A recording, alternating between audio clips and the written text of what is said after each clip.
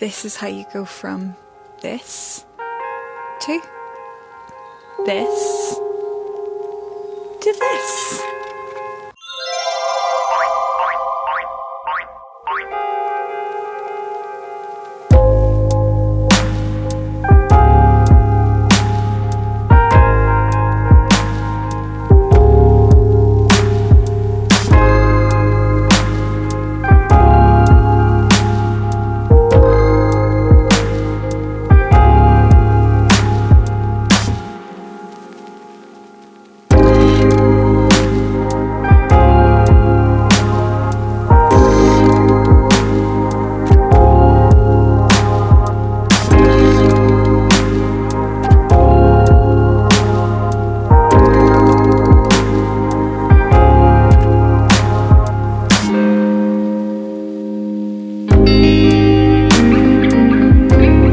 Hiya, I am Lindsay and I am trying to get my garden to be as eco-friendly and biodiverse as I possibly can in the cheapest, most economical way that I can.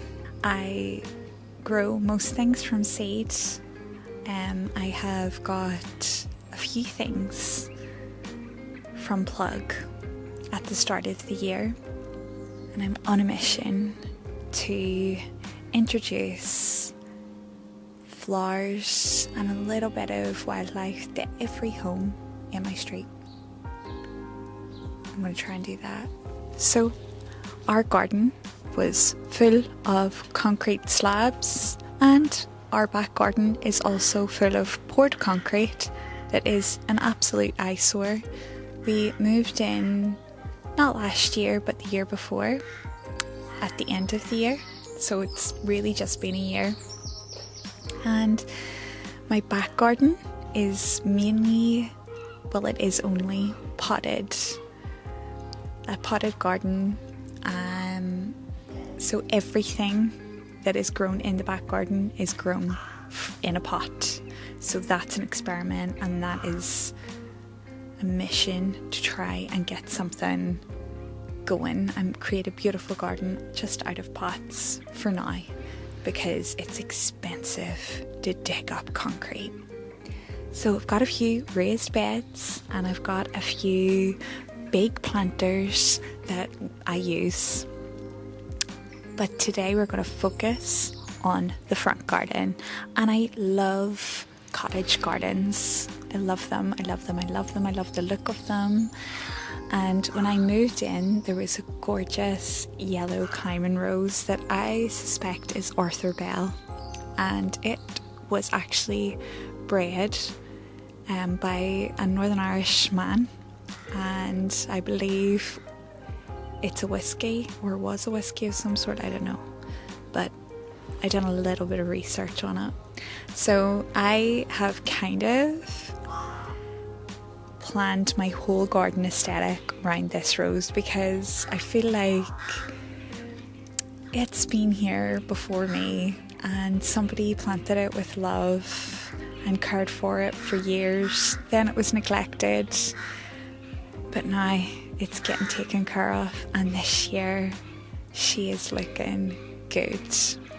And I am just so happy about that. So I have planned the garden around her.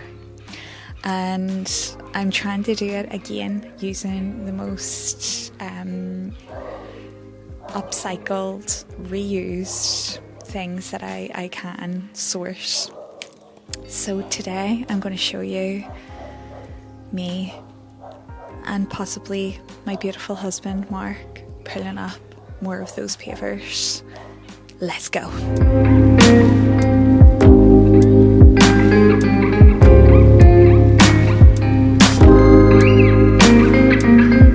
So let's get the hollyhocks moved out of the way first. I think I have a stray strawberry growing in one of those, actually. I do. How delightful. Strawberries are weeds, apparently. That's what I heard. I'll take strawberry weeds any day over anything. So let's do this. I'm prepping myself. I am working up to it. Let's go. Oh, no. Oh, it's a big boy. It's a big, big, big boy. Who doesn't want to hear that? Right. Oh my God. Oh. Yeah. Oh dear. Oh God. Oh. Oh. Oh my God. How am I going to get this over there?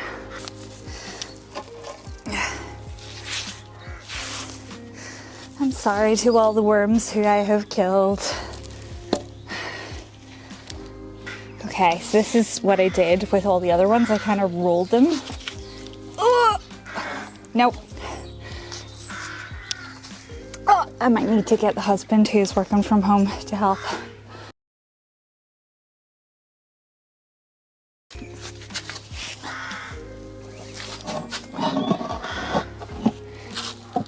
So I'm going to put these on free cycle and somebody else will get use of them, so they're not going into landfill and they can be useful to someone. It's hot today and that was hard work, but it was worth it. And as you can see, there's been a lot of work been put into the garden, going from solid concrete to having some earth to plant in.